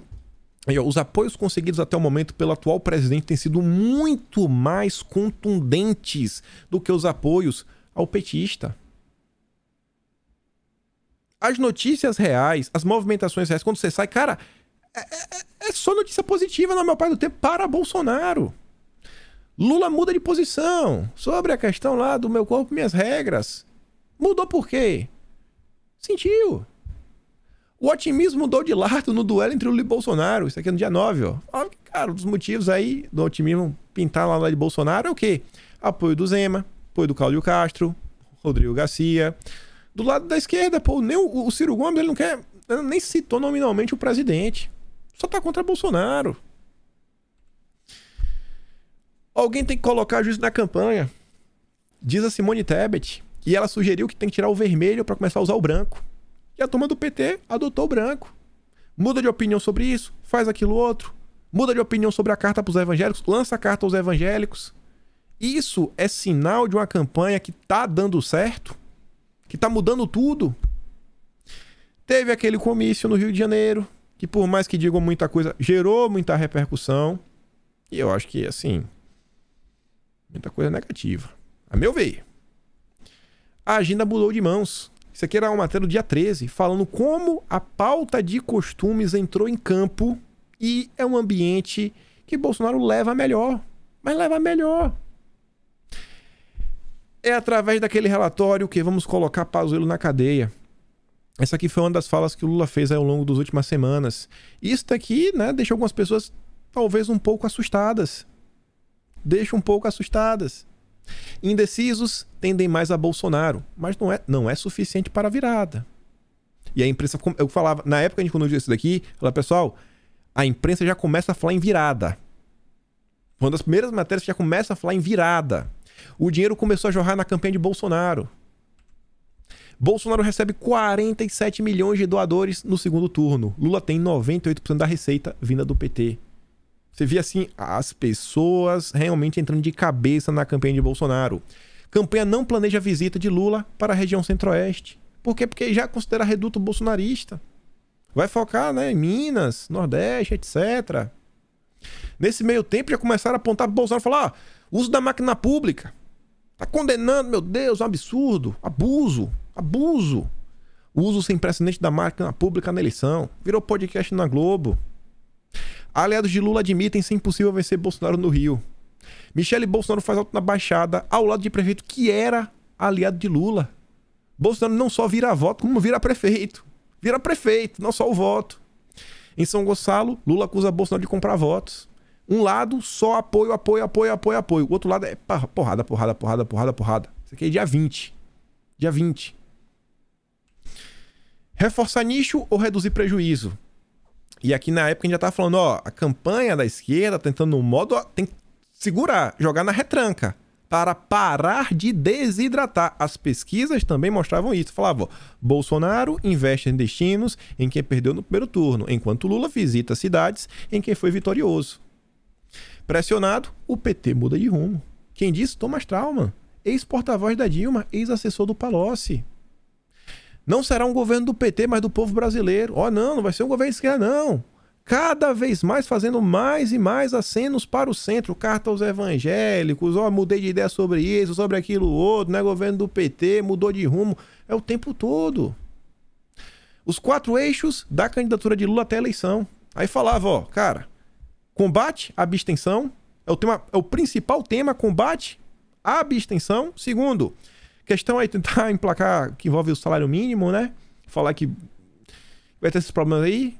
Querem que os aliados, né, sigam batendo nesse tema. Tentar desgastar Bolsonaro, levar para a pauta econômica. Aí fala do ataque à democracia, mas não é tão importante ver se bate em pandemia. A campanha tá desidratada. Isso a nível total. Essas foram as principais notícias desde o início do segundo turno. E aí as pessoas viram a questão da rádio e esperam o quê? Que, não, agora tudo resolvido. Teve a... Gente, pelo amor de Deus. Aí vamos olhar a campanha em Minas. O segundo turno começa com preocupação com Minas Gerais, chega ao máximo e Lula decide focar o domingo no estado. Aí, passa 2 dias, Lula minimiza apoio de Zema. Não faz diferença. O apoio de Zema não faz diferença. Aí vem, né, os sinais de Minas Gerais. A campanha de Lula anda preocupada, né? Passados 5 dias depois, após minimizar, anda preocupada. Dia 15, o mapa da campanha de Lula sobre os estados onde o petista tem maior potencial de crescer. E aí falava, ó, a campanha petista trabalha para tentar conter o avanço de Bolsonaro. Acho que não deveria ter minimizado, né? Ou talvez o que ele falou do Zema foi só propaganda e na verdade ele estava morrendo de medo. Com a estabilidade das pesquisas, campanha de Lula foca em segurar vantagem. Tem que segurar a vantagem. Segura, para não desidratar. Campanha de Lula traça ofensiva junto a prefeitos para neutralizar efeito Zema. Isso, olha como é que começa o segundo turno. Não, minimiza. PT vê avanço de Bolsonaro em Minas com ação de Zema sobre prefeitos e ameaças. Minimiza. Segundo maior colégio eleitoral do país. Contamos daqui a pouco na CNN que, com receio de virada em Minas, risco apontado em pesquisas internas, Lula decidiu voltar ao estado pelo menos mais 2 vezes até o final da campanha eleitoral. Quem diz? Gustavo Uribe, da CNN. Não dá, assim, então vamos voltar, né? Clima de campanha. Gente, um lado tá segurando na retranca. E o outro lado tá na ofensiva. Nos últimos dias, tiveram os acontecimentos. E a forma como esses acontecimentos serão explorados podem trazer mais ou menos votos. Mas quando você olha no macro, no segundo turno, eu acho que você também fala assim, pô, em termos de campanha, a campanha de Bolsonaro estava bem melhor, bem mais estruturada. Minas Gerais não tem nem o que falar. E no estado de São Paulo? Vamos dar uma olhada. Dia 4. Mal começou o segundo turno. O primeiro golpe em Haddad em Alckmin no segundo turno. Tarcísio já estava ganhando apoio aí, por exemplo, do prefeito de Ribeirão Preto. Uma das 9 maiores cidades do estado de São Paulo. Apoios a Tarcísio, rejeição e ataques evidenciam o desafio do Haddad no segundo turno.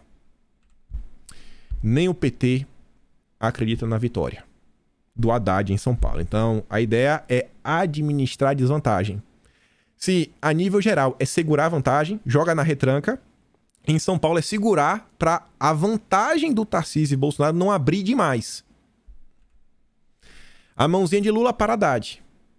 Haddad foi o único candidato do PT que disputa o segundo turno dos estados a receber doação da campanha do Lula até agora. E o que é que isso indica? Que precisa botar dinheiro, né, para a campanha realmente ficar ativa, para impedir uma desidratação total da campanha do Haddad. Doações a Tarcísio somam 7,9 milhões. Haddad recebeu 6 vezes menos. A discrepância entre as doações para Tarcísio e Haddad. A ação popular do PT questiona a pizzaiada de Garcia, Bolsonaro e Tarcísio no Prato dos Bandeirantes. Chá de cadeira de Bolsonaro em Garcia causa apreensão. Aqui foi no podcast, né? Que Bolsonaro falou, não, tô sem pressa. E ficou lá um tempo que quis. E essa matéria é interessante porque enquanto Bolsonaro não chegava, tava o Ciro Nogueira com o Rodrigo Garcia, o Fábio Faria, do Bolsonaro e o Rueda, do União Brasil. Vendo lá as questões para o Estado de São Paulo. Rodrigo ignorou o histórico ao Palácio ao estender tapete vermelho para Bolsonaro. O trunfo de Bolsonaro para tentar crescer na cidade de São Paulo. Enquanto Bolsonaro pontuou muito bem no interior, ele precisa crescer ainda na cidade de São Paulo. E aí ganhou o apoio do Milton Leite. Milton Leite, que é do União Brasil. Aí do Rueda. O Milton Leite é conhecido por ter uma base, realmente assim, solidificada, forte, na zona leste de São Paulo. Olho na grana de Haddad. O desânimo começa a tomar a campanha de Haddad para o governo de São Paulo. A descrença é tanta que sugeriram para a Gleisi remanejar dinheiro para a campanha de Lula. Então, eu não consigo olhar para esse segundo turno sem falar que também no estado de São Paulo, o maior colégio eleitoral, a direita vem se saindo melhor. E aí tem outro ponto que eu também acho que pode interferir muito na eleição, que é a batalha das abstenções. Começa o segundo turno dia 6, na verdade dia 5, né? Acho que é dia 6, foi atualizado, acho que tá errado. Enfim. O que o histórico de abstenção indica para o duelo Lula-Bolsonaro? Só o que está em verde, ó. A abstenção alta tende a ser mais prejudicial ao PT. Na contramão dos mais jovens, a abstenção cai entre idosos no primeiro turno. Em geral, o eleitorado mais velho vota em Bolsonaro. Lula traça mapa de abstenção no Nordeste e pede ajuda de aliados para reduzi-la. Campanha de Lula teme abstenção. Não será surpresa para este blog se Bolsonaro se reeleger. E aí no final ele falava, ó, não basta ir votar no dia 30, tem que ampliar a vantagem e diminuir a abstenção. Maurício Moura, abstenção ou não, a grande questão do segundo turno. Variações no grupo que deixa de ir às ruas pode definir se Lula repete a vitória do primeiro turno ou se Bolsonaro vira a vantagem do petista no próximo dia 30. O Ganoblau, se você quiser que Bolsonaro seja derrotado, vá votar. A abstenção decidirá a derrota ou vitória dele. Se mexa. Passe livre é insuficiente para conter a abstenção. Guerra contra a abstenção tem feriado adiado, transporte gratuito e aliados mobilizados. Mais de 100 entidades aderem à carta que pressiona Ricardo Nunes por passe livre nas eleições. Lula e aliados pregam contra a abstenção encaminhada na região metropolitana de Belo Horizonte. A abstenção em fake news preocupa a campanha de Lula na reta final. Governador ou cabo eleitoral? André Trigueiro, Globo News, Estúdio I. Zema é contra ônibus gratuitos no segundo turno. A gente chega aqui no final, onde mais uma vez a turma da esquerda está preocupada com um ponto. Enquanto os eleitores de Bolsonaro, em geral, são extremamente, assim, sabe, empolgados, aquele eleitor mais ativo, né? É um eleitorado engajado. A turma da esquerda está preocupada, está pedindo ajuda pelos aliados. Meu Deus, as abstenções. Se você teme a abstenção é porque o seu eleitorado é menos engajado. Se o seu eleitorado é menos engajado para ir votar, quem dirá para converter votos? Isso aqui, inclusive, é outro parâmetro. Eu tenho certeza que o eleitorado de Bolsonaro está muito mais empolgado para converter votos. E aí vamos falar de pesquisa. Chegando aqui no último tópico. Já tem 1h14, vai terminar com menos de 1h30. Se eu tiver que apostar, apostaria que Lula vai ganhar o segundo turno. Mas é uma má prática jornalística antiética continuar a publicar os resultados dessas mesmas empresas que acabaram de provar que são ineptos de maneiras nunca antes vistas na história das pesquisas políticas. O segundo turno já começa com várias críticas com os institutos, né? Fala, pelo amor de Deus, o IPEC errou. Sabe, feio, foi um absurdo o que o IPEC fez, já tá aí de volta. Vocês já estão acreditando no IPEC depois do primeiro turno de todo absurdo que aconteceu? Agora o interessante é que assim que começam as pesquisas, uma das primeiras, aqui do dia 5, o Rafael Nishimura, que é colunista lá do Globo, escreveu lá, né? Você pode ver no dia 30 de setembro, ele aponta que quando você reponderava essa primeira pesquisa do IPEC do dia 5 para o PNAD de 2021, Bolsonaro já estava na frente. Diferença entre reprovação e aprovação do governo Bolsonaro cai para 7 pontos, a menor desde o início da campanha. O segundo turno já começa com a crescente absurda de Bolsonaro. Nova pesquisa Quest traz boas notícias para Bolsonaro. Novo Datafolha pode dar injeção de ânimo em Bolsonaro.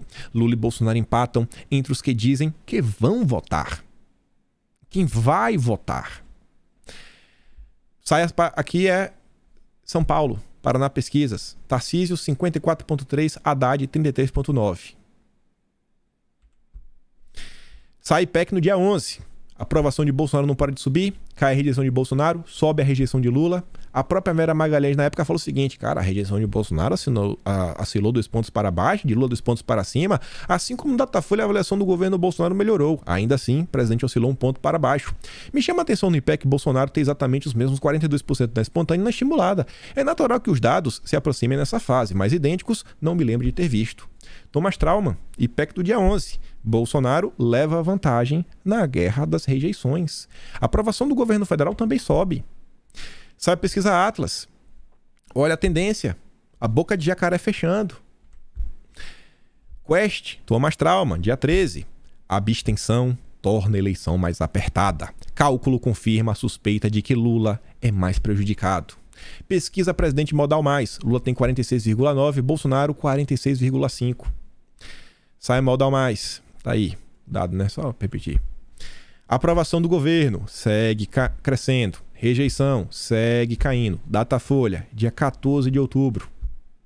IPEC. Lula tem a menor vantagem sobre Bolsonaro no segundo turno. Thomas Trauman. Pesquisa IPEC mostra fracasso da propaganda negativa do PT. O eleitorado a ser conquistado não vai essa propaganda negativa maluca, né? Ismos da vida, né? Bal. Meu Deus, não para. Não é esse eleitorado que a gente precisa focar nesse momento. Wilson Lima abre vantagem na disputa pelo governo do Amazonas, o candidato de Bolsonaro. Não dá para ter certeza de quem leva a eleição, diz o Lavareda, em 18 de outubro. Nova pesquisa mostra que dessa vez o sinal é de alerta para Lula. Dia 18, Matheus Leitão. Probabilidade de vitória de Bolsonaro de 52% contra 48%. E quem dizia era o sócio-diretor da CAC Consultoria. Um cara que tem que ter responsabilidade porque fala para investidores. Foi uma conversa que teve com clientes do BTG. Que pode dar diretrizes sobre o que as pessoas vão fazer com seu dinheirinho. Com sua poupancinha. Você não vai brincar com o dinheiro dos outros, né? Lula tem 47% dos votos, Bolsonaro 42%, diz a Quest. Petista oscilou para baixo, presidente para cima. Dia 19. Thomas Trauman, Datafolha aponta para uma reta final de certezas. O anti-bolsonarismo está em negação. Parem de dizer que o resultado da Datafolha de hoje não é tão ruim. A reeleição de Bolsonaro é muito mais provável do que se imaginava. Isso dia 19. Quest, Lula com vantagem de 5,6 pontos. Diferença tem queda em uma semana e a boca de jacaré segue fechando. Pesquisa revela como o PT periga turbinar a campanha de Bolsonaro. Com o quê? Com essa questão aí de o tempo todo na justiça. Pesquisa serve para nos alertar, diz Lula sobre Datafolha. Petista afirma que Bolsonaro cresce lentamente. Lentamente. Lula e Bolsonaro têm empate técnico. Na pesquisa do dia 20. E que foi tendo até a última aí, nos últimos dias. Santa Catarina. Bolsonarista dispara. Mas disparou. Meu apoio a Bolsonaro é antigo. Não aproveito onda de Tucano e Mato Grosso do Sul. Isso daqui é um caso interessantíssimo. Mato Grosso do Sul é uma batalha de bolsonaristas. Ambos os candidatos dizem que são bolsonaristas. É a batalha para ver quem é mais Bolsonaro. A virada é possível, mas não é o mais provável. Aí eu falo, gente, começou a falar de virada. Ninguém falava em virada antes. Enquanto se discute religião, não se discute mais a ineficácia de Bolsonaro como presidente, aí ele ganha terreno. Há 6 meses não se imaginava que ele fosse reeleito, hoje está quase lá. Isso daqui sai depois daquela notícia que a gente falou lá atrás, que Bolsonaro tomou controle da pauta. E veio a pauta de costumes pro campo. Modal mais futura. Primeiro, Bolsonaro estava atrás, agora já está na frente, ó, 50,5, Lula 49,5. A outra lá atrás, lembra, né? 46 para um, o tanto para o outro. Bolsonaro passou na frente. Dia 21, o Noblar estava falando, ó, não é mais hora de discutir pesquisas e quem vai ganhar. Além de reverter votos, se ainda der, é hora de organizar o transporte solidário, né? Preocupado com a abstenção. Os prefeitos bolsonaristas não darão transporte de graça, não são obrigados. A abstenção é o inimigo a ser vencido. E aí, nos últimos dias, aí que a gente entra nessa reta final, aí as pesquisas voltam a ter um comportamento esquisito, à lá primeiro turno. Primeiro, Atlas Intel colocou Lula liderando no Centro-Oeste. O reduto bolsonarista que ele prometeu não voltar. A coisa foi tão absurda que, num comparativo de 2 Atlas Intel no intervalo de 10 dias de diferença, o Lula cresceu 15 pontos no Centro-Oeste e Bolsonaro perdeu 14. Assim, peraí, né? Sobre o Centro-Oeste, ó, em empate numérico, bolsonaristas travam a disputa mais apertada do país. Ambos são Bolsonaro. As previsões do chefe de instituto de pesquisa que mais acertou. Murilo do Paraná Pesquisa diz que, irmão, tá meio a meio. Vai ser decidido no detalhe. Quem conseguir manter as suas bases mais movimentadas até o fim leva. Saiu o Brasmarket. Ontem saiu até outro, podia ter colocado a de ontem. A tendência de Bolsonaro, né? A boca de jacaré segue agora crescendo. Bolsonaro segue crescendo, Lula segue caindo. Segundo a última Brasmarket. Tivemos aí também uma pesquisa divulgada que eu falava, pessoal, tem pesquisa para todos os gostos. Você pega aqui, ó, essa do IFP, 17 a 21 de outubro. Bolsonaro na frente. Tem para todos os gostos. Pesquisa tem para todos os gostos. Isso não vai interferir em nada no fim do dia. O que vai interferir é o engajamento dos eleitores. Eurásia diminui a probabilidade de vitória de Lula de 65 para 60. Isso aqui dia 24. IPEC aponta empate técnico. A IPEC agora já voltou padrão primeiro turno. Depois de tudo que a gente falou da campanha em São Paulo, dia 25, aí vem IPEC, ó. Empate. Tarcísio e Haddad. A coisa foi tão absurda que a Veja coloca, ó. É um instituto que errou sua pesquisa feita na véspera do primeiro turno. E aí anteontem, tivemos a Paraná Pesquisas.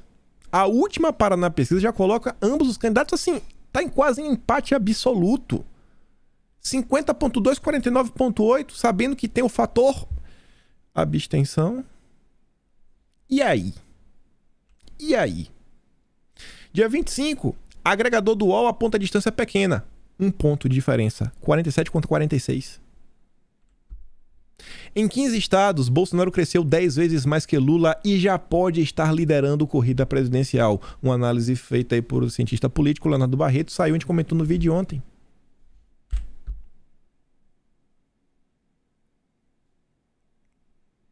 E aí volta pro início. E aí, Bolsonaro vence? Que eu acho que essa pergunta que vocês querem a resposta, eu não sei. O que eu sei é o seguinte, não dá pra querer julgar todo o segundo turno por um evento. Não dá para deixar que o fígado fale mais alto do que a lógica. Olha tudo que está acontecendo ao longo de 4 semanas. Os votos são conquistados ao longo do tempo. O cara que decidiu votar em Bolsonaro ao longo dessas semanas, ele não decidiu deixar de votar por causa do evento de ontem.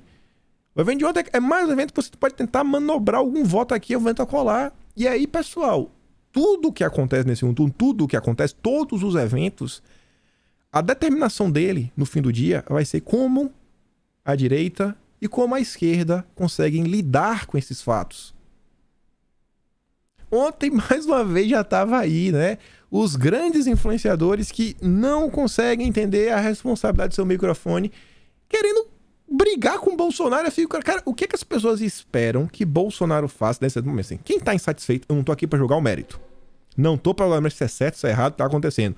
Mas assim, o que as pessoas querem que Bolsonaro faça agora, a 3 dias do pleito? Querem adiar a eleição? Cara, o que o pessoal quer que faça? Eu realmente não consigo entender. Não, agora vai dar um gol. Pelo amor de Deus, o que as pessoas querem? Gente, volto a falar. Quem que vai levar a eleição é quem conseguir convencer a maior quantidade de pessoas que votaram no primeiro turno, Simone Tebet, Ciro Gomes, brancos, nulos, os indecisos e os não convictos. Quem conseguir convencer mais dessas pessoas a votar em um candidato ou no outro é o que vai levar. Eu acho que no fim do dia a abstenção ela só tem a desfavorecer a esquerda. No final do dia, assim, o eleitor de direita ele é muito engajado. Isso é público e notório.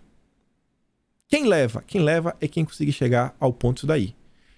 Nesse final de campanha, eu volto a falar pra vocês. E aqui eu só trago uma coisa que eu não coloquei em vídeo. Vocês leem os vídeos, eu leio os comentários. Eu leio alguns comentários que eu recebo no Twitter. De vez ou outra, minha mãe me acaba me mandando os comentários que eu recebo lá no Instagram.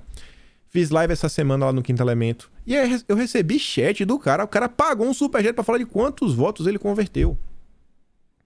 Falei com um amigo essa semana. Conseguiu 6 votos em São Paulo. 6 senhorinhas que não votaram no primeiro turno. Um amigo meu que eu até falei no vídeo ontem. Já tinha convertido 4 votos. Dá pra converter um quinto. É um cara lá da fábrica que ele falou que é Bolsonaro, mas tá chateado pelo posicionamento que o Bolsonaro teve durante a pandemia. Falei com meu tio, que trabalha no ambiente bem esquerda, converteu um voto. Meu pai converteu uns 4, 5 votos, pelo que ele me falou. Conversei com um amigo ontem lá de feira, acha que converteu um voto. Mas ele acha, ele deu assim uma risada, mas ele acha que ele realmente converteu. 80%. Com as pessoas como vai, todo mundo vem com a história dessa. Quem vai, assim, a vitória a gente vai saber no domingo. Aí tem a turma que quer ficar gritando na rede social, no Twitter, de braço cruzado em casa, e tem a turma que vira votos. Essa é a turma que vai decidir o resultado. É a turma da empolgação, é a turma que rebate a imprensa, é a turma que mantém, né, a militância engajada. O engajamento até o último dia. Tá acontecendo, a gente já falou sobre isso, existe uma tentativa de desmotivar pessoas, principalmente por parte da imprensa. Não se deixem enganar, não se deixem levar pelo fígado. Hoje ainda é quinta-feira, ainda é hora de virar voto. E quando eu olho a nível macro, Bolsonaro tá muito melhor agora do que quando tava no dia 2. Eu acho que ele tá muito melhor agora do que tava dia 2. A imprensa ontem já tava falando matérias que é o discurso da vitória, que Bolsonaro perdeu, que Bolsonaro entregou o jogo. Por quê? Porque a imprensa não pode criticar Bolsonaro falando que Bolsonaro fez um arroba autoritário, que vai dar um golpe, que fez isso, que fez aquilo outro. Acorda pra vida, bicho. Eu falei isso aqui, foram 358 slides ao longo do vídeo de hoje. Então acho que eu tenho bastante notícia para embasar a minha opinião e relembrar vocês o que aconteceu ao longo de 4 semanas. Não deixem o fígado falar mais do que o cérebro. Fico por aqui. Compartilhe esse vídeo, acho que merece, pelo menos quem está muito agitado. E com fé no Espírito Santo, em Deus, eu vejo vocês amanhã. Lembre de virar votos. Aquele grande beijo, abraço, tamo juntos. Valeu, meus amigos. Fui!